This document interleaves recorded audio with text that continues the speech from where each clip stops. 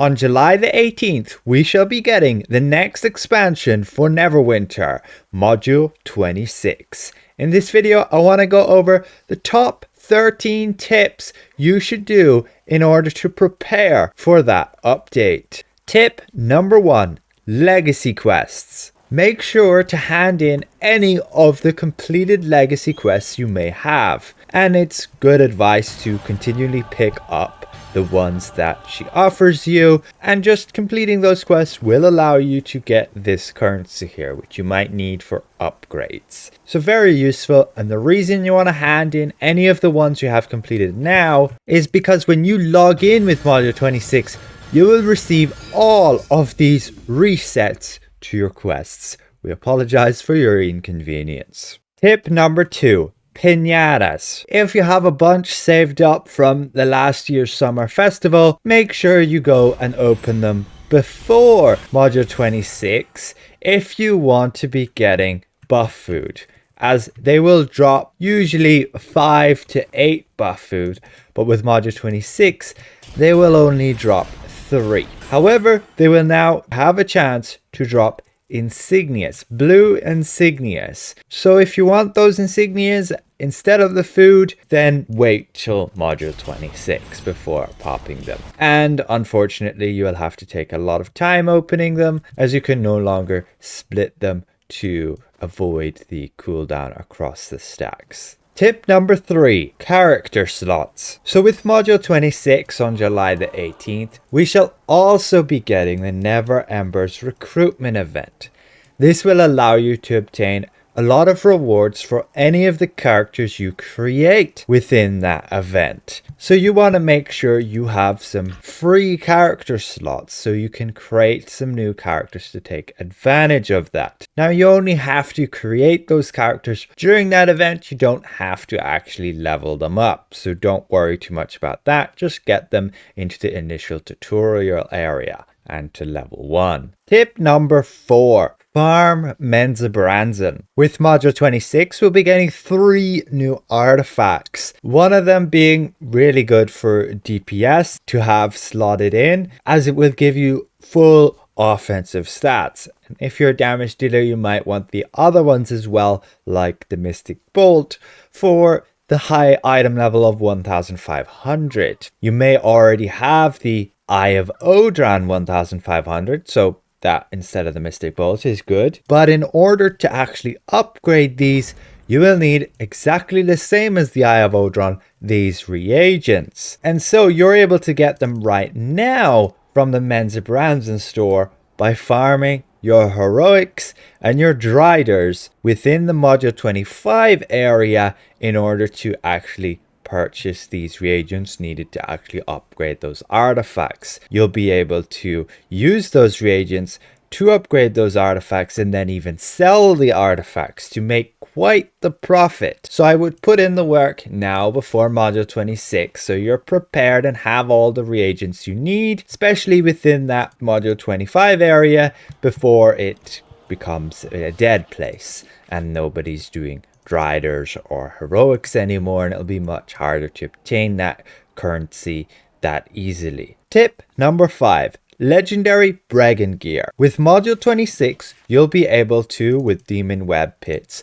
upgrade your legendary Bregan gear to mythic. This will give it additional item level of 50 along with a boost to the equip bonus, making some of this gear pretty much best in slot. You can check my video out where I cover all of that enchanted gear, the mythic Bregan gear, and what's going to happen with the updates to it. I go over a document and I cover which ones will be good and which ones are not, and so you could get the legendary variant if it's going to be good once it's on mythic. For example, the barbarian armor piece here giving 18% combat advantage, this is for fighter as well, will be pretty insane. Tip number 6, have the item level requirements for the new dungeon. We'll be getting a new dungeon, the Demonweb Pits, on normal mode, which will just be in your random dungeon queue. very nice and easy.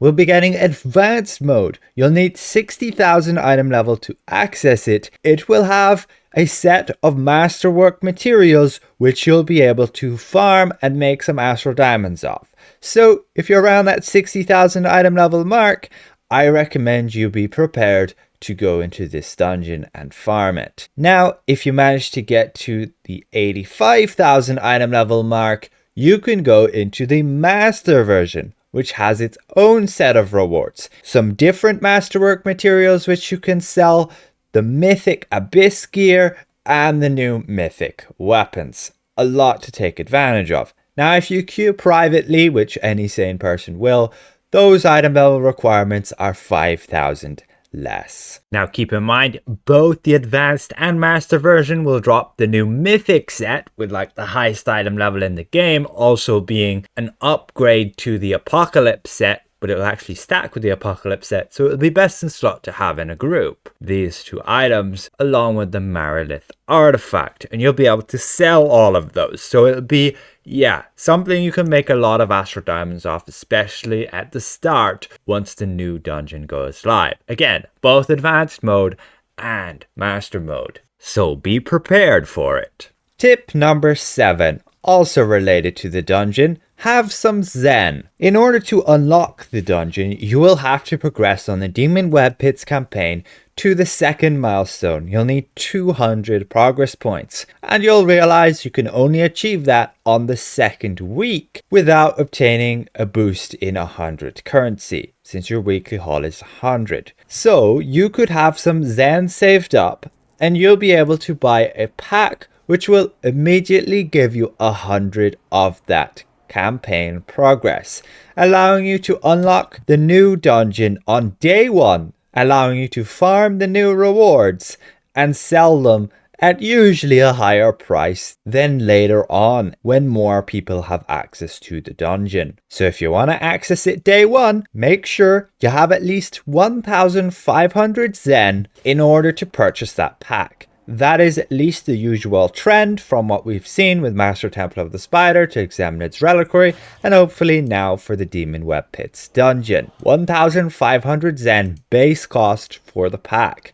That means, yes, you can save up your celestial bags of refining just from invoking every day, and I would recommend it, to get a 20% discount, and so you'll only need 1,200 Zen to buy the pack. Tip number 8. Legendary Dragon Keys. Now this would be for both of you who plan to farm the advanced mode and the master mode.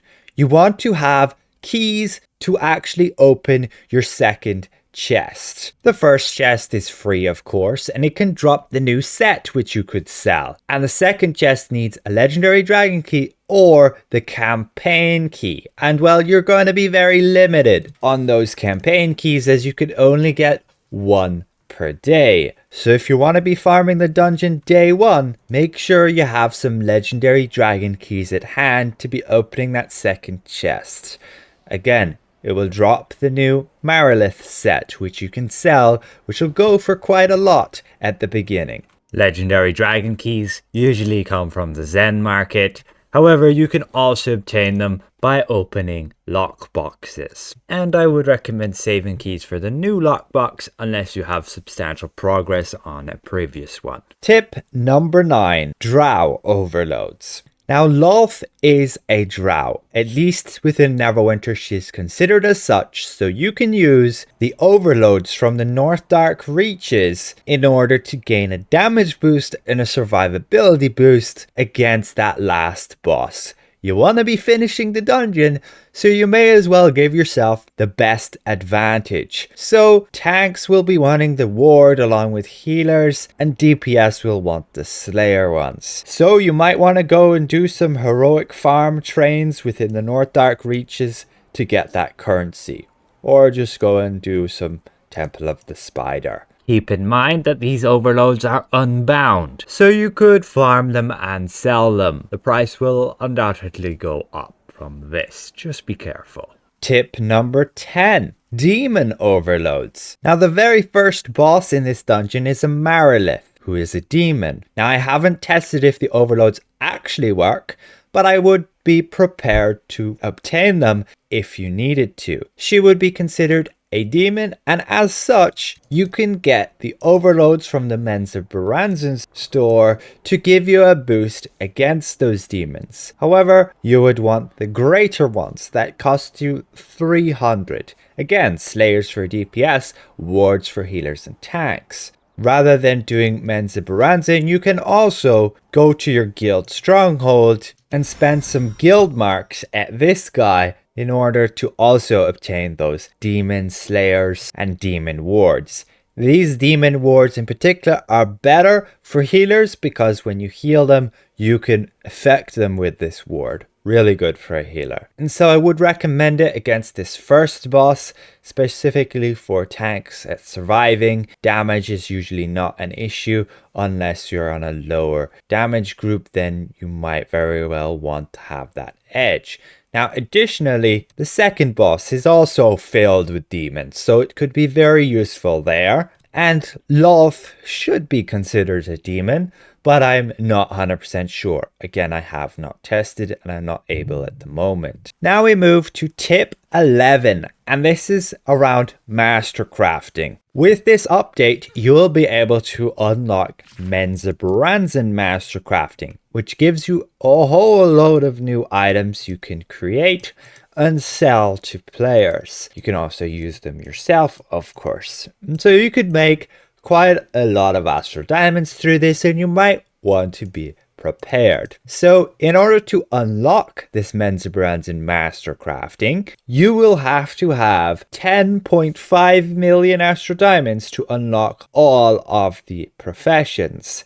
Just 1.5 million for each individual one. However, in order to get this unlocked, you will also need your Chult Mastercrafting, which costs you for level 1 and 2, 7 million, and your Sharandar Mastercrafting, which costs you, similar to Menzo 10.5 million to unlock. So yes, you would need 28 million Astral Diamonds if you have not touched Mastercrafting at all within this game in order to unlock Menzo Mastercrafting. Yes, that is a massive AD sync right there, a massive investment, which I'm hoping I can return if I do go spend all that. So be prepared with your 10.5 million if you are a Mastercrafter and have the previous ones and want to be going and heading into Menzo. There are quite a lot of good pieces there, so there might very well be a decent market for that stuff. If you haven't seen already, I would highly recommend Aster's document where he covers all of the details with regards to the Menzo Mastercrafting, the recipes, the materials needed, where you can get them, etc. There'll be a link below to his channel and his document. Thank you, Aster, for putting all this work in to get this sorted and organized, where we can see what we'll need for what without having to search through our said recipes in-game or even before we have unlocked it all yet. Show him some support and go subscribe. Now for tip 12, Terebinth. You will need a lot of it. It's going to be needed for Mastercrafting to create purified Dark Lake water. You can see 5 Terebinth to craft 3. Now this is going to come from your guild stronghold.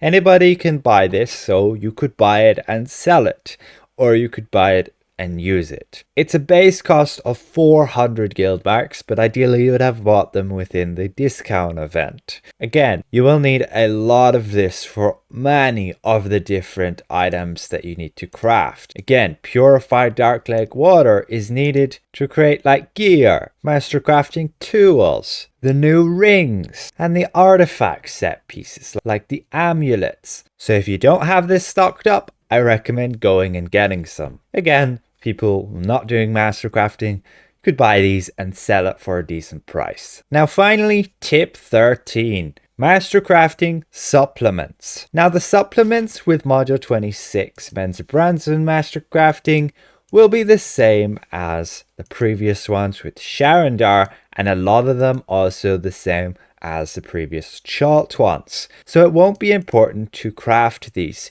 you can go ahead and prepare yourselves with all the supplements you need with the previous Mastercrafting.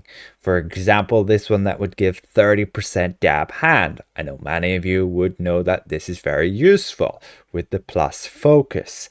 And if you're purely going for a weapon or artifact set, you might want the maximum amount of focus possible. So you would craft this one, 125 focus, and a plus one would give you 150 focus. You can see that just here, 150. That is not an upgrade from, again, Sharandar Mastercrafting and Chult Mastercrafting. But if you wanted to create these, you would need honey. And the other reagents here, you just need the Mastercrafting ones from Menzo brands in here. You would need alkali, you need some wild mint, some honey here as well, sugar beet, volcanic salt, and some myrrh. But again, these supplements are not an upgrade. So you can already prepare yourself with supplements from the previous Mastercrafting, the ones you'll generally use. So that's about it for what to prepare for Module 26. If I've missed anything that you think, you can feel free to leave it in the comments below. A special thank you to all these channel members for their added support,